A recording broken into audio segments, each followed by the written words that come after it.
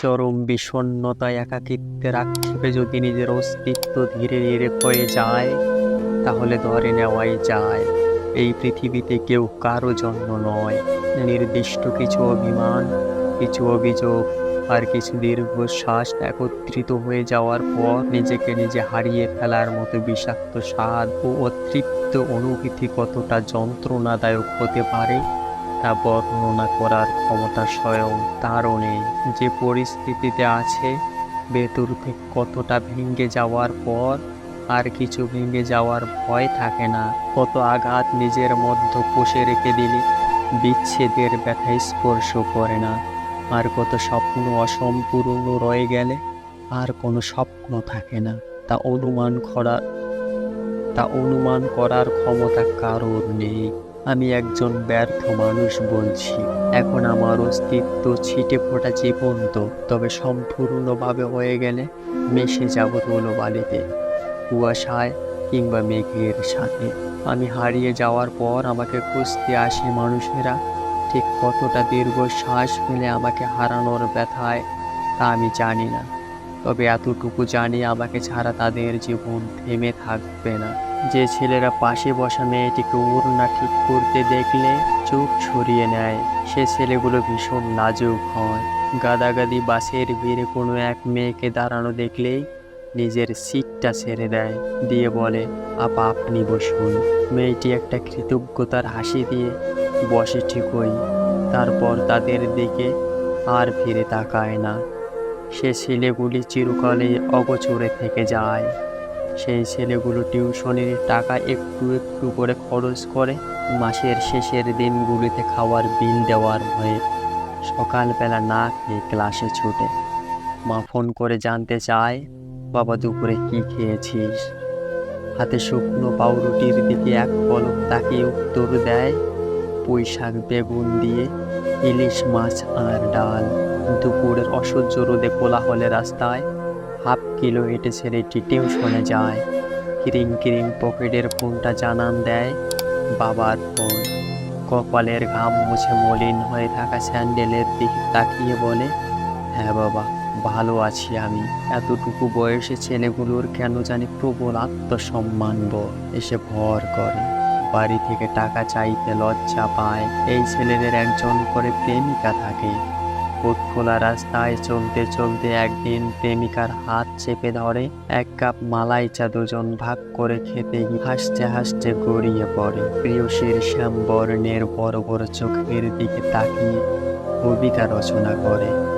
তারপর তারপর একদিন প্রেমিকার বিয়ের কার্ড হাতে নিয়ে নিষ্ক্রিয় দর্শকের মতো দাঁড়িয়ে থাকে। রাতের বেলায় পাশের বন্ধুটি ঘুমালে মুখে বালিশ চেপে চোখের জল ফেলে। পুরুষের কান্নায় কোনো শর্ত থাকতে নেই।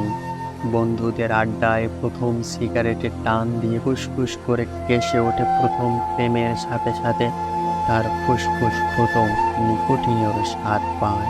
এরপর বর্তমানের তাড়নায় অতীতকে ভুলে গিয়ে আবার চলতে থাকে।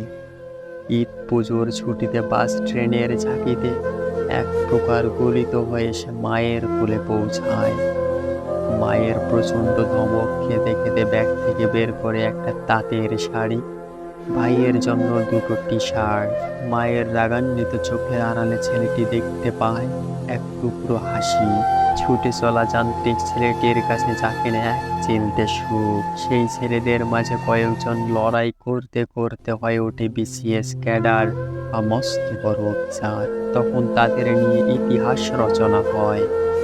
পাশের বাড়ির বাবা মা ছোট্ট ছেলেটিকে তাকিয়ে দেখিয়ে বলে, ওই যে দেখছিস, কালো সানগ্লাস পরা মস্ত বড় কালো গাড়ি নিয়ে এলো, তোকে ঠিক তার মতো হতে হবে।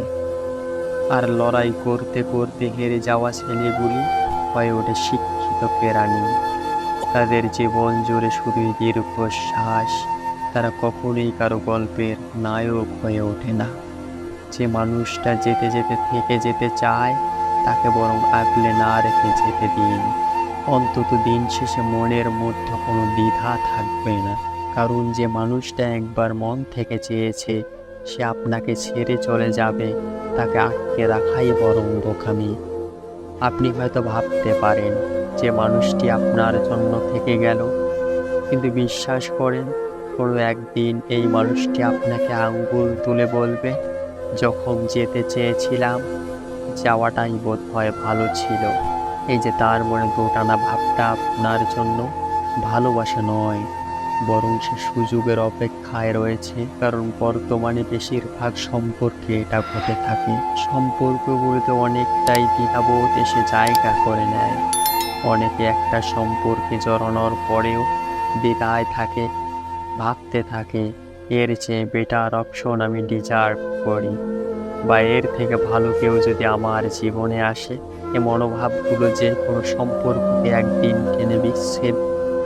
টেনে বিচ্ছেদের দ্বার প্রান্তে নিয়ে আসে। তাই যদি কখনো মনে হয় মানুষটি হয়তো আপনাকে চাচ্ছে না, নিঃসংকোচে তাকে মুক্তি দিয়ে দিন, তাকে চলে যেতে দিন। দিন শেষে তাকেও বুঝতে দিন জীবন কোনো দোটানায় আটকানো নয়।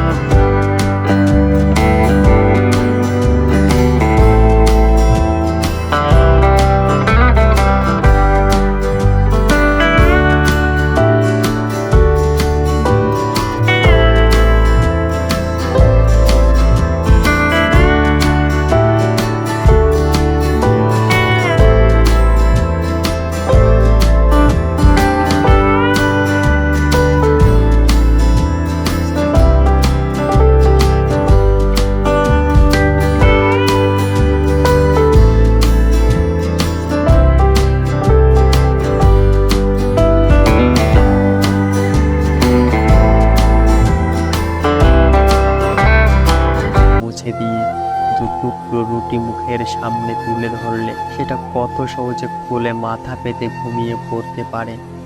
ভালোবাসা জিনিসটা সমস্ত সম্পত্তি, টাকা পয়সা পায়ের সামনে ফুটিয়ে দিয়েও পাওয়া যায় না। অথচ একদল লোকের ভিড়ে যে ছেলেটা দুটো হাত দিয়ে আগলে রাখে, তাকে কত সহজেই ভালোবেসে ফেলা যায়, তাই না?